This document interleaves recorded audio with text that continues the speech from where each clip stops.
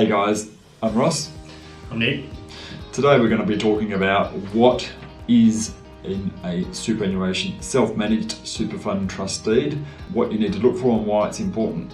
So essentially, just to start off, a super fund is a trust. That's the first thing to remember. So to put it simply, it needs a trust deed. The trust deed is a legal document, so it needs to be created generally by a lawyer, and it also needs to be reviewed by a lawyer as well if you make any changes. So the deed governs the operation of your fund. They're quite cheap to buy. You pay $140 and you'll get one of these deeds online. But it's an important document because it governs how your fund operates, what your fund can do and what it can't do. And what we find for a lot of clients is that they've never seen the deed. They may have signed it, and that would have been the only time they looked at it. This is my personal super funds deed, and it's a large document. One of the first things the deed does, it has a clause which basically starts the fund, and it then appoints the trustee. Now, the choice of trustee is critical for the governance of a fund, especially where there's a dispute, like a marital dispute or an estate dispute. Who is the actual owner of the assets is governed under the deed. If you're transferring money out of your super fund or in specie distribution of assets out of your super fund, you might be liable to stamp duty unless you've got a properly drafted deed which identifies the trustee and identifies the members. And what we find for some clients coming on board is that the deed they have is lost. So there's actually no fund deed, and that creates a tale of woe in terms of how clients manage a lost deed.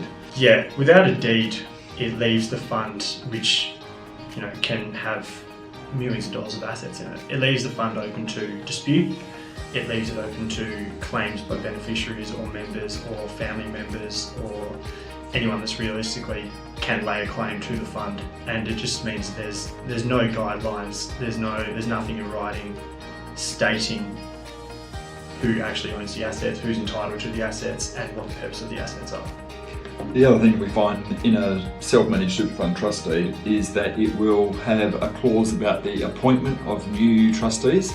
So if I look at my personal super fund, I started off pretty cheap. I had individual trustees, and then later on I chose to appoint a company as a trustee, which is a better way of holding the assets for estate planning. But when I then proceeded to change from individual trustees to a company trustee, I had to go back to my original deed and read through the process to effect that change. I had to then engage legal help to draft a new deed to be changed, and that allowed me to transfer the assets from an individual to a company trustee without incurring capital gains tax.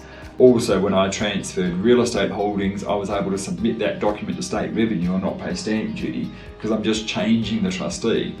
If that document doesn't exist or it's been poorly drafted in the first instance, you're going to be incurring capital gains tax, you're going to incur stamp duty, and there's going to be a raft of problems about how you operate. But when you want to do something structural to your document, like start a pension, the deed governs how to start a pension. When you want to change a trustee, the deed governs how to change a trustee. If you want to make a lump sum payment to a member because they've met a condition of release, they may have passed away or just retired, the deed will govern how you go about paying those conditions of release. It's generally governing how the fund operates, and it's really important that everybody who is a trustee of their self-managed fund knows what is and isn't in their deed.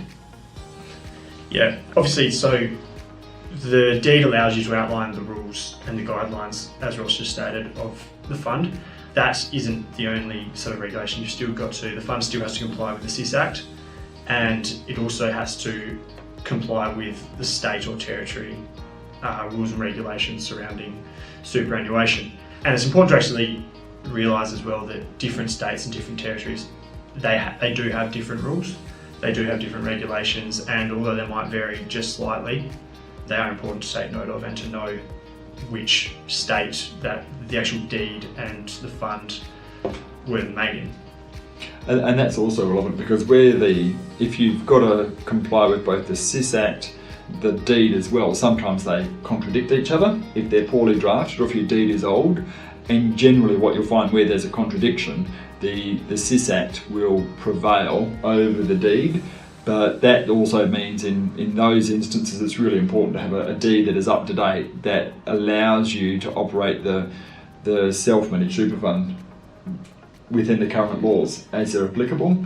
If you've got a corporate trustee, not only do you have the SIS regulations and the deed that governs your operations, you also have the Corporations Act, because the Corporations Act will then apply to the application of the corporate trustee, in particular if the corporate trustee has elected to be a special purpose company.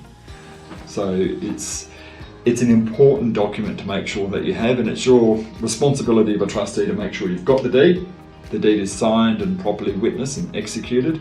Retain a copy for yourself so that you can choose your advisor. Don't allow the deed and all your records to be held with one particular person, such that later on, if you want to leave that person, you can, because you've got the original documents. And also, if you're needing to do something to the deed, you've got to go doing something to the fund, you've got to go back to your superannuation fund deed and actually follow the process to make sure you don't breach your own fund rules.